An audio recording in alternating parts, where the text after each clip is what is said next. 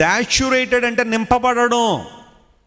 ఇప్పుడు దేవుని వాక్యం సెలవిస్తూ ఉంది, మనం లోకము నుండి వేరు చేయబడిన తర్వాత మనం దేనితో నింపబడాలి అంటే, ఆ 2వ వచనం మనం చదువుకున్నాం. యెహోవా ధర్మశాస్త్రమునందు ఆనందించుచు దివారాత్రము దానిని ధ్యానించువాడు.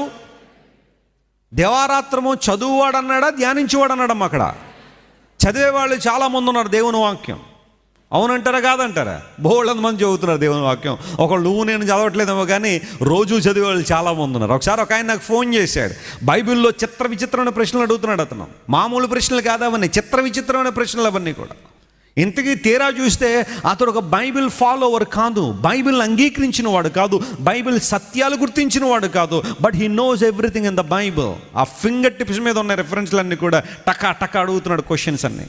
అంటే అతడు బైబిల్ చదివాడు. నేను అనుకున్నాను అది మామూలుగా 1-2 రోజులు బైబిల్ చదివితే వచ్చిన నాలెడ్జ్ కాదు, అది చాలా కాలం నుండి బైబిల్ చదువుతున్నాడు అతను. ఎందుకోసం అంటే కేవలం బైబిల్ని విమర్శించాలని, బైబిల్ని తప్పుపట్టాలని.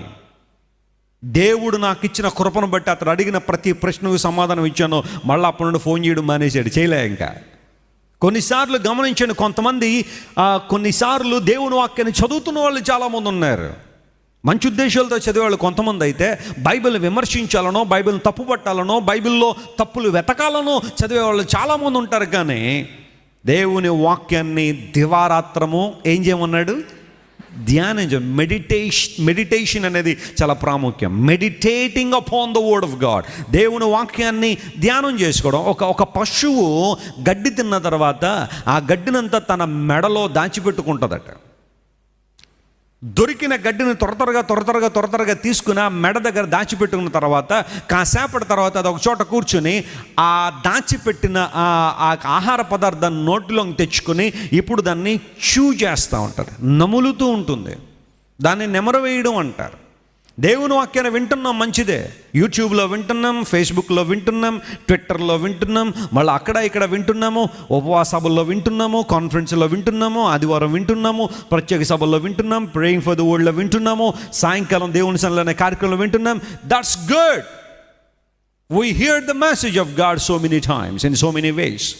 చాలా మార్గాల్లో, చాలా విషయాల్లో, చాలా పరిస్థితుల్లో మనం దేవుని వాక్యాన్ని చాలా గట్టిగా వింటున్నాం. కానీ ఎంతమంది దేవుని వాక్యాన్ని ధ్యానం చేస్తున్నారు, పాండర్ చేస్తున్నారు? మార్టిన్ లూథర్ అన్న దేవుని సేవకుడు అంటాడు, నేను ప్రపంచానికి దేవునికరంగా మార్చబడగలిగాను అంటే I pondered the word of God day and night. ప్రతిరోజు దేవుని వాక్యాన్ని నేను ఏం చేస్తూ ఉన్నాను అనమాట?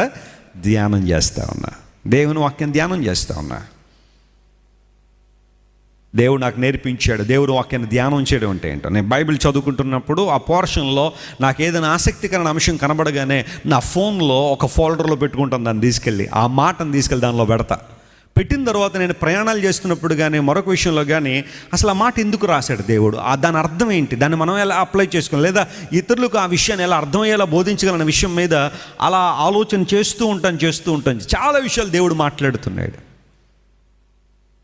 ఒక దైవజనుడు అన్నాడు, చిన్న చిన్న గులకరాళ్ళు నీకు కావాలంటే సముద్రపు ఒడ్డున ఏరుకో, కానీ ముత్యాలు కావాలంటే సముద్రము లోపలికి వెళ్ళాలి. మెడిటేటింగ్ అంటే అదే. గులకరాళ్ళు కావాలంటే, చిన్న చిన్న పెబిల్స్ కావాలంటే నువ్వు సముద్రపు ఒడ్డున ఏరుకోపర్లేదు, దొరుకుతాయి. గులకరాళ్ళు, గవ్వలు దొరుకుతూ ఉంటాయి. కానీ ముత్యాలు కావాలంటే నీకు ఒడ్డున దొరకవు, నువ్వు లోపలికి వెళ్ళాల్సిందే. You must dive into the ocean, you must dive into the sea. ముత్యాలు తేవాలంటే లోపలికి వెళ్ళాల్సిందే. దేవుని వాక్యం నువ్వు ఎంత లోతుగా ధ్యానం చేస్తుంటావో, దేవుని వాక్యాన్ని ఎంత లోతుగా ధ్యానం చేయాలని ఆశిస్తూ ఉంటావో, అంత విలువైన సంపద దేవుని వాక్యం బయటకు వచ్చేస్తూ ఉంటుంది. ఆత్మీయ తండ్రి గారు చెబుతూ ఉంటారు, దేవుని వాక్యం ఒక గని లాంటిది. దేవుని స్తోత్రం చెప్పండి, hallelujah. The word of God is like a mine. తవ్వుతూ ఉంటే వస్తూనే ఉంటుంది. ఒకవేళ ఈ లోకపు గనులు తవ్వుతూ ఉంటే తరిగిపోతాయేమో. సింగరేణి గనులు ఉన్నాయి, బొగ్గు గనులు. మొన్న మేము కొత్తగూడెంలో మీటింగ్స్ అయినప్పుడు ఆ గనులు చూడడానికి వెళ్ళాం. బ్లెస్సీ గారిని తీసుకుని ఫర్ ది ఫస్ట్ టైం. ఆమె, నేను అంతకుముందు వెళ్ళాను అనుకోండి, చాలా గనులు లోపలికి వెళ్ళి చూసి వచ్చాను. కానీ ఆమె చూడాలని ఆశపడతారని బ్లెస్సీ గారిని తీసుకుని లోపలికి వెళ్ళాం. ఇంకా టీం మెంబర్స్ కొంతమంది వచ్చారు. అడిగాను, నేను ఎవరైనా నాతో గైడ్గా రావాలంటే కొంచెం కంగారు పడతారు, ఎందుకంటే నేను కూడా కొన్ని చిక్కు ప్రశ్నలు అడుగుతూ ఉంటాను, రకరకాల ప్రశ్నలు తెలుసుకోవాలని ఆశ. అంతా చూసిన తర్వాత అడిగాను, ఇంకెంతకాలం బొగ్గు వస్తుంది అన్నాను. వాళ్ళు ఉన్నారు, సార్ మహా వస్తే ఒక 50 సంవత్సరాలు వస్తుందేమోనండి, ఇంకా తర్వాత ఇంక బొగ్గు లేదండి, అయిపోద్ది మొత్తం అంతా కూడా. ఇంకా 50 yearsలో సింగరేణి మొత్తం ఖాళీ అయిపోద్దండి. నేను చెబుతున్నా, వజ్రాల గనులు ఖాళీ అయిపోవచ్చు, బంగారు గనులు ఖాళీ అయిపోవచ్చు, బొగ్గు గనులు ఖాళీ అయిపోవచ్చు, బాక్సైట్ గనులు ఖాళీ అయిపోవచ్చు, ఐరన్ ఓర్ ఖాళీ అయిపోవచ్చు, కానీ దేవుని వాక్యం మాత్రం ఎప్పుడు ఖాళీ అవ్వదు. Because this is the word of God. It is full of godly treasures. దేవుని యొక్క విలువైన సంపదలతో నింపబడిన దేవుని వాక్యము ఎప్పుడు ఖాళీ అవ్వదు. Hallelujah. Meditate upon the word of God. దేవుని వాక్యంతో సాచ్యురేట్ చేయబడ్డం అంటే మనం ఏం చేయబడాలన్నమాట? నింపబడాలి. దేవుని వాక్యంతో మనం నింపుకోవాలి. మన నోరు, మన హృదయము, మన తలంపులు, మన ఆలోచనలు, మన ఇళ్ళు దేవుని వాక్యంతో ఏం చేయబడాలా? నింపబడాలి. అందును బట్టి దేవుని సేవకుడు అన్నాడు, if you want to overcome the sin, surround your self with the word of God. పాపాన్ని జయించాలంటే, శోధన జయించాలంటే దేవుని వాక్యముతో నువ్వు సరౌండ్ చేయబడాలి. దేవుని వాక్య సంబంధమైన విషయాలను ఇంటిలో ఉండాలి. మీ గృహాల్లో దేవుని వాక్యాన్ని హ్యాంగ్ చేయండి. మీ గుమ్మాలకు దేవుని వాక్యం పెట్టుకోండి. కొంతమంది సిలువలు వేలాడగడతా ఉంటారు, కిటికీలకి వాటికి సిలువలు వేలాడతారు, ఎందుకంటే సాధనగా రాడండి లోపలికని. ఓకే, కానీ ఒక సిలువ వేలాడదీయడం కన్నా ఒక వాక్యాన్ని పెట్టి అక్కడ దేవుని వాక్యం, ఆ వాక్యాన్ని ఎవరో ఒకళ్ళు ఎప్పుడో ఒకప్పుడు చూస్తారు, దేవుని వాక్యం ద్వారా ప్రభావితం చేస్తారు. ఒక సింగిల్ వర్డ్ అనేక మందిని రక్షించిన దాఖలాలు చాలా ఉన్నాయి. Because the Bible has a power. దేవుని వాక్యము సజీవమైనది కనుక అనేక మంది జీవితాల్లో మేలు చేస్తుంది. You must be saturated. దేవుని వాక్యముతో నువ్వు సాచ్యురేట్ చేసుకోవాలి. సాచ్యురేటెడ్ అనే పదానికి ఇంకో పదం కూడా ఉంది, సోకింగ్ అనే పదం కూడా ఉంది. ఇంకొక అర్థం ఏంటంటే, సోకింగ్ అంటే మునగడం అన్నమాట, సోక్ చేయబడ్డం. ఒక స్పాంజ్ తీసుకెళ్ళి నీటిలో ముంచినప్పుడు ఆ స్పాంజ్ అంతా కూడా వాటర్ని అబ్జర్వ్ చేసుకున్నట్టుగానే మనం కూడా దేవుని వాక్యంలో సోక్ చేయబడాలా. దేవుని వాక్యంలో ఏం చేయబడాలా? సోక్ చేయబడాలా, ముంచబడాలా, నింపబడాలా. నేను పాపము చేయకుండానట్లు నీ వాక్యమును నా హృదయంలో పెట్టేసుకున్నాను ప్రభువా, నా హృదయంలో ఉంచుకున్నాను. ఎస్, విన్న వాక్యాన్ని మరిచిపోకుండా, విన్న వాక్యాన్ని విడిచిపెట్టకుండా. కొంతమందికి ఒక అపూర్వమైన లక్షణం ఉంటుంది, ఏదంటే తెలుసా?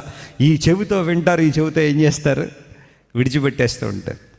వాక్యం విన్నంతసేపు వావ్ సూపర్ అండి, బాగా చెప్పారని అంటారు. బయటికి వెళ్ళిన తర్వాత ఏం చెప్పారమ్మా అంటే, ఏం చెప్పారో అడగండి కానీ మాత్రం సూపర్ చెప్పారని అంటారు. చాలా వెస్లీ గారు సూపర్ చెప్తారండి, వాక్యం అక్కర్లేదు, మాకు ఆ సర్టిఫికేట్ అక్కర్లా.